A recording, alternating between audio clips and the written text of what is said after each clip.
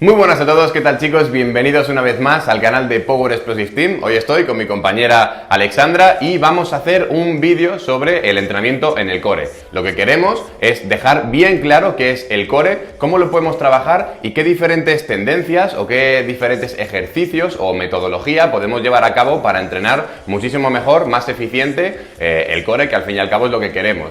Entonces, bueno, vamos a dividirlo en dos partes, una parte teórica que nos la va a presentar Alexandra y luego una parte práctica en la que la haré yo con ejercicios y una pequeña progresión de ejercicios en base a distintas categorías. Entonces, bueno, quiero empezar preguntándote ¿qué es el core?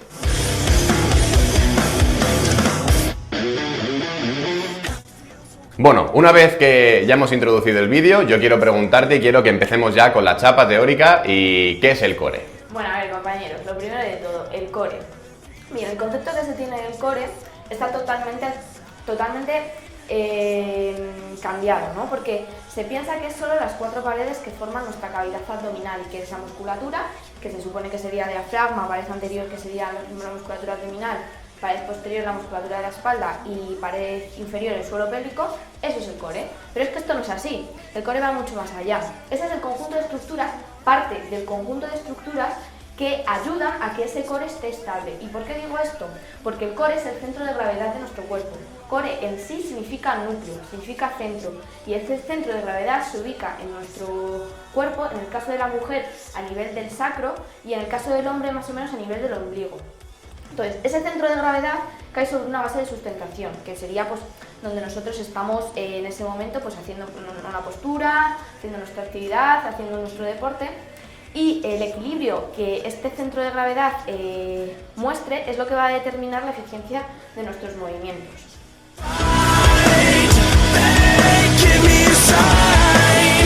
Una vez que ya sabemos qué es el core, al fin y al cabo siempre hemos escuchado que el core tiene que tener estabilidad y que nunca generar movimiento, pero quiero que nos lo expliques un poco más, ¿qué es la estabilidad o cómo tenemos que entender la estabilidad en el core? Bueno, lo primero de todo que hay que entender es que el core no debe de ser únicamente una estructura, como tú has dicho, que no tenga movilidad, que sea totalmente rígida. Debe existir un equilibrio entre rigidez y movilidad. Pero ahora, a lo que vamos a ver en el concepto de estabilidad del core es la estabilidad del core normalmente se entiende como fuerza, como la capacidad que tú tienes de resistir, pues te puedes hacer una plancha y ya estás trabajando la estabilidad del core. Pero es que esto va mucho más allá. La estabilidad del core en sí ha recibido muchísimas definiciones. Esa es un poco la definición que hemos creído más oportuna para mostrar, que ahora vamos a explicar todo bien. Pero bueno, en resumen, sería nuestra capacidad sensitiva, perceptiva y motora de poder estar en reposo, aguantando una postura o una actividad de la vida diaria o un deporte. ¿Para qué? Bueno, pues a ver, lo primero de todo, el core se activa para que nuestra médula espinal, que está dentro de nuestra columna vertebral, que es lo que se supone que se tiene que estabilizar, no se dañe. No se dañe ni la médula espinal ni las raíces nerviosas. También para que lo que he dicho antes, que ese centro de gravedad, que es nuestro core, esté en equilibrio y que no nos demos un leñazo. Y luego también para ahorrar energía. ¿Por qué? Porque esto hay que entenderse como un Big Bang. La energía que el core almacena hace que todas nuestras actividades de la vida diaria se puedan hacer. ¿Por qué? Porque se transmite la energía a las extremidades, por eso es muy importante mantener estable nuestra columna vertebral. Y aparte de eso, que nos da funcionalidad. Bueno, entonces, acorde a esto, hay que entender que el core en sí, hemos dicho que es este centro de gravedad, pero está claro que ese core está formado a sus alrededores por demás estructuras. Y las estructuras no solo son la musculatura que nosotros entendemos como esa caja que está en la cavidad abdominal, sino que también está formado por otros tejidos, entre ellos los tejidos pasivos, es decir, toda nuestra columna vertebral, que es articulada, es una articulación. La columna vertebral tiene unas articulaciones intervertebrales, que a su vez conectan con la cintura pélvica por la articulación sacroiliaca, que se sitúa aquí. Justo en el caso de la mujer sería en el nivel en el que está nuestro centro de gravedad y en el caso del hombre estaría un poquito más arriba.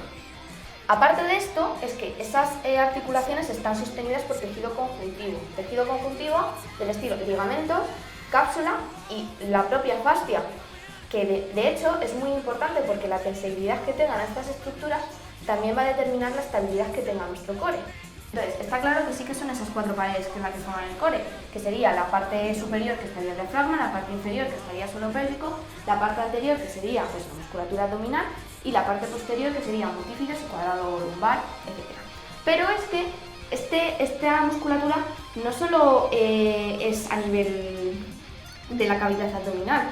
La musculatura se divide en dos, musculatura local y musculatura global. La musculatura local es la que permite mantener la estabilidad dentro de cada una de las articulaciones de la columna, para mantenerla estable y que ningún segmento de ella se mueva. Esa musculatura pues, está desde los multífidos, intertransversos, etc., a musculatura global, que aparte de mantener la estabilidad global de nuestro tronco, también permite dar esa movilidad, es decir, ese equilibrio entre estabilidad y movilidad. Por lo tanto, en esta musculatura global también se incluyen los músculos pelvitrocanterios, incluso de la cintura escapular, porque, bueno, aquí no se va a ver, pero a nivel posterior, la cintura escapular también está interconectada con la columna vertebral. Y por último, el componente neuromuscular, que es que se nos olvida completamente y es fundamental, porque no solo es, contraigo y ya está, o tengo mis tejidos están bien, tengo la columna que está simétrica, y me olvido. No, es que hay un componente neuromuscular. ¿Por qué digo esto? Porque es muy importante el reclutamiento motor. No es cuestión de ponerse a contraer y ya está, sino contraer con una cierta coordinación. Efectivamente. Lo que tenemos que entender y que quedaros sobre todo con la idea es que en parte a la musculatura, toda la musculatura que tenga que ver con esa parte, digamos, que hablamos de las 4 paredes, toda la que se origine, que se inserte en una de esas 4 paredes, va a afectar, porque si nosotros tenemos una musculatura que se está insertando en esta pared, si está demasiado tensa, esa pared se va a bombar, ya va a crear ciertos desequilibrios que otras paredes u otras estructuras van a tener que compensar. Vale, una vez que ya tenemos estos conceptos bien asentados, explícanos un poquito cómo tenemos que interpretar el entrenamiento del core, cómo tenemos que llevarlo a cabo. Vale. Bueno, a ver, lo primero de todo, tenemos que dejar claros 2 conceptos fundamentales. Fuerza y resistencia no es solo entrenamiento del core. Y control motor no es solo entrenamiento del core. ¿Y por qué digo esto? Porque hay que entender este concepto sensitivo, perceptivo y motor. Esto es la base de todos nuestros movimientos.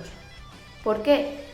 Primero de todo, tenemos unos estímulos, a nosotros nos llegan unos estímulos, ya sean externos, por nuestros mecanorreceptores, que por ejemplo tú cuando vas a coger una bolsa de la compra, cuando vas a coger una mancuerna o lo que sea, eso es un estímulo externo que nuestros mecanorreceptores y propioceptores van a captar, pero también puede ser interno, como puede ser la propia postura que tengas tú en el espacio. Entonces, estos mecanorreceptores y estos propioceptores van a ser importantes porque te van a dar un estímulo que tu cerebro y tu sistema nervioso va a procesar. Con propiocepción, ¿a qué me quiero referir? No solo que tú sepas dónde tienes la posición, dónde está tu articulación o dónde está tus cuerpos situados en el espacio, sino también la conciencia que tú tengas de tu movimiento, la conciencia que tú tengas de tu contracción, que seas capaz de saber cuándo tu músculo se está contrayendo y sentirlo. A su vez, la fuerza que estás haciendo, la intensidad con la que estás haciendo el ejercicio, incluso el esfuerzo al que estás sometido. Todo eso se integra en el sistema nervioso central. Ese sistema nervioso central, acorde a esos estímulos, va a generar el patrón de movimiento que tú necesites, ya sea pues desde un tiro de jabalina, desde un salto, una carrera o incluso estar sentado delante de un ordenador, porque ese patrón ya está registrado en tu cabeza. Entonces, una vez ya se ha generado ese patrón de movimiento, empieza lo motor. Vale, ¿a qué nos referimos con lo motor? Tú vas a hacer un movimiento y está claro que tus músculos van a ser la gasolina que va a permitir que tú te puedas mover. Ahora bien, la articulación es pues un poco la que va a estar engrasada y va a permitir que tú tengas ese rango de movimiento. Y el tejido conjuntivo es el que permite que se lubrique. Entonces, hay que saber que fuerza y resistencia no es igual a movimiento. ¿Por qué? Porque aquí hay que entender que en el movimiento influyen los factores propios del músculo, como puede ser su propiedad contráctil, que ahí sí que influyen la fuerza y la resistencia, y de hecho la mayoría de los test en los que se valora la capacidad del core, la estabilidad del core, se basan en esto, en pruebas de fuerza y resistencia. Pero no se tienen en cuenta otros factores como puede ser la elasticidad que tenga el músculo, la flexibilidad que tenga, incluso la hidratación, y bueno, ya si tiene una lesión, pues mucho más, porque todo este sistema sensitivo, perceptivo, motor se altera, porque obviamente si algo te duele, pues tu cerebro va a intentar que no lo actives para que no te duela. Y luego, esto es el músculo en sí, o sea, el músculo claro que tiene capacidad contráctil, pero es que luego están los factores neurales, es decir, la organización, que ese patrón de movimiento tenga, qué coordinación haya. Por ejemplo, se ha visto y se ha demostrado que en cualquier gesto deportivo, antes de cualquier gesto deportivo, ya sea lanzar un balón, ya sea recibirlo, el transverso abdominal es el músculo que primeramente se activa. Entonces, eso es una coordinación, eso es algo que se entrena. En un tiempo adecuado, que no haya latencias en la programación. Por ejemplo, en personas con dolor lumbar se ha visto que tanto el transverso como los multífidos están disminuidos en cuanto a tiempo de activación. La duración, que no tengas una estabilidad muy prolongada. Y luego la combinación de fuerzas, que tú seas capaz de tener una estabilidad en un lado y una movilidad en otro. Por ejemplo, cintura escapular estable, cintura pélvica con movimiento. Y ahí es lo que digo, disociación. Y luego también transferencia, porque todos nuestros movimientos se basan en transferencia. ¿Y qué quiere decir esto? Que nuestro centro de gravedad se mueva de un lado a otro, permitiéndonos mantener el equilibrio. Bueno, una vez que ya tenemos todos estos conceptos bien asentados en nuestra cabeza, vamos a ver cómo podemos llevarlo a cabo en el gimnasio, porque al fin y al cabo, pues está muy bien toda la chapa que os damos, pero ¿cómo lo vamos a aplicar de una manera práctica? Bueno, pues nos vemos en 2 segunditos. Muy buenas a todos, ya estamos aquí otra vez y bueno, vamos a empezar con la parte práctica para que entendáis muy bien toda la parte teórica que hemos estado haciendo anteriormente. Y bueno, vamos a empezar sobre todo explicando el concepto de los planos de movimiento. Lo que quiero decir con esto es que normalmente el entrenamiento de core se suele hacer solo en uno de los planos de movimiento, como viene a ser el plano sagital, en el cual los movimientos que hacemos son de flexión y extensión, pero es que tenemos más planos aún. Entonces, lo que vamos a hacer, le vamos a pedir a Alexandra que nos haga un Bird Dog. Este ejercicio suele ser uno de los ejercicios más utilizados para el entrenamiento del core, de estabilidad lumbopélvica, y a partir de este ejercicio vamos a ir añadiendo variantes que podemos hacer en nuestro entrenamiento día a día y tener un entrenamiento del core muchísimo más óptimo. Entonces, haznos un Bird Dog, si te parece, para explicar a nuestros compañeros cómo sería el entrenamiento en sí.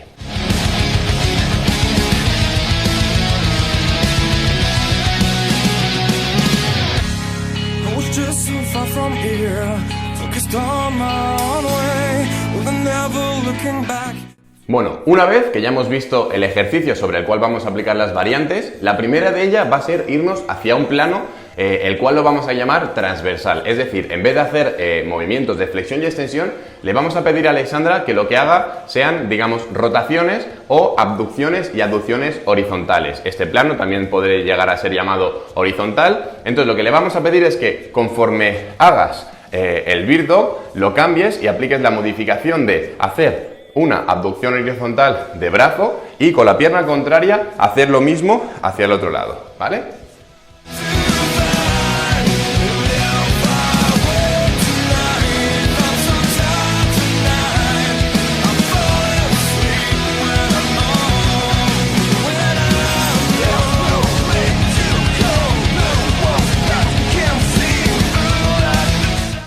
Bueno, como acabamos de ver, en este tipo de ejercicio, en esta pequeña variante que acabamos de hacer en el Bird Dog, lo que tenemos que tener en cuenta, lo que os hemos explicado anteriormente, es que todas las fuerzas convergen, digamos, en este core. Al fin y al cabo, lo que nos va a generar es un escenario de estabilidad sobre el cual los demás segmentos, como vienen a ser pues, los brazos y las piernas, que están siendo segmentos móviles, van a poder moverse de una manera eficiente, ya que tienen esa estabilidad sobre la cual aplicar fuerza. Vale, una vez que acabamos de aplicar la estrategia de irnos hacia un entrenamiento de core en diferentes planos, como acabamos de hacer en este plano horizontal, vamos a utilizar otra que puede ser la resistencia manual. Lo que vamos a hacer ahora va a ser, mientras que Alexandra va a hacer este Bird Dog, yo le voy a proporcionar fuerzas que le van a crear una inestabilidad en un sentido u otro. Esto lo podemos llevar hacia la parte práctica de, pues por ejemplo, dependiendo de la disciplina deportiva que nosotros tengamos, pues nos interesa aplicar una fuerza en un sentido o en otro. Por ejemplo, si yo quiero entrenar a un judoka, por ejemplo, un judoka suele hacer ejercicios muy, digamos, en el plano sagital, de flexión y extensión a la hora de dar patadas. También se suele ir hacia unas rotaciones cuando tiene que dar una patada alta. Entonces, bueno, podemos llevarlo hacia esa parte específica. Entonces, vamos a hacer el Bird Dog. Y ahora yo le puedo generar fuerzas en diferentes sentidos. Por ejemplo, si yo le genero una fuerza en este sentido y en este, ella me tiene que resistir. Y luego volvemos a bajar. Y le podemos hacer también de una forma dinámica. Es decir, si ella va subiendo y yo le voy generando una fuerza desestabilizadora o en diferentes planos, yo le puedo pedir que me haga una flexión de ambos, una flexión, digamos, de hombro y una extensión de cadera, diferentes formas que tenemos para trabajar. Podemos añadir perturbaciones en diferentes planos ya solo con cómo nosotros dirigimos la fuerza que vamos a hacer en los diferentes segmentos. Una vez hemos aportado estas herramientas, queremos aportar aún más. Entonces, como acabamos de ver en la parte teórica, la base de sustentación hace muchísimo en cuanto al entrenamiento del core. Es decir, si yo tengo una base de sustentación muy amplia, como por ejemplo en un Bird Dog tradicional, como acabamos de hacer, digamos que el centro de masas tiene mucho recorrido sobre el que moverse, mucha superficie. Pero, ¿qué pasa si yo reduzco esta base de sustentación? Bueno, pues vamos a verlo. Vamos a proponer un ejercicio, es decir, el mismo, pero solo con una variante. Lo que vamos a hacer va a ser acercar nuestras rodillas a las manos y así lo que estamos haciendo es reducirla. In the world say I'm sorry oh, 500,000 times. Wish I could erase the fact I am not a perfect man. It sounds like such a capital idea. Wrap your arms around my neck so tight so I can tell what you did where you were last night. I can feel. Una vez que hemos aplicado la estrategia de disminuir la base de sustentación, podemos incrementar el nivel añadiendo un componente de inestabilidad, como en este caso vamos a hacer con los foam rollers. El entrenamiento de inestabilidad para el core está bien fundamentado, ya que al fin y al cabo existe evidencia científica que dice que cuando añadimos componentes de inestabilidad aumenta la activación de esta musculatura que engloba el core. En cambio, en un entrenamiento tradicional no estaría del todo bien hecho, ya que a mayor inestabilidad, menor aplicación de fuerza. Pero como ahora lo que queremos es entrenar y centrarnos en el entrenamiento funcional del core, vamos a añadir este componente, digamos, como último nivel de nuestra progresión de ejercicios para core. Entonces, lo que vamos a hacer va a ser pedirle a Alexandra que haga el mismo Bird Dog, pero con este componente de inestabilidad del core.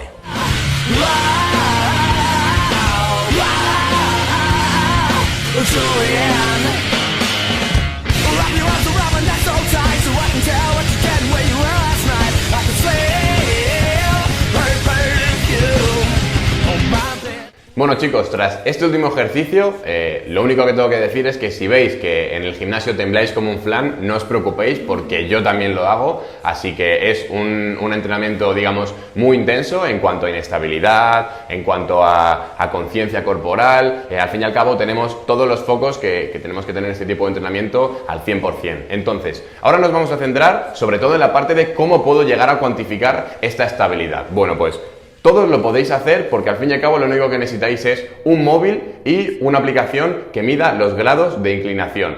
Lo vais a ver ahora, Alexandra va a hacer el mismo ejercicio de una forma bien y de una forma mal, para que podáis ver cómo se llega a cuantificar con este tipo de aplicaciones.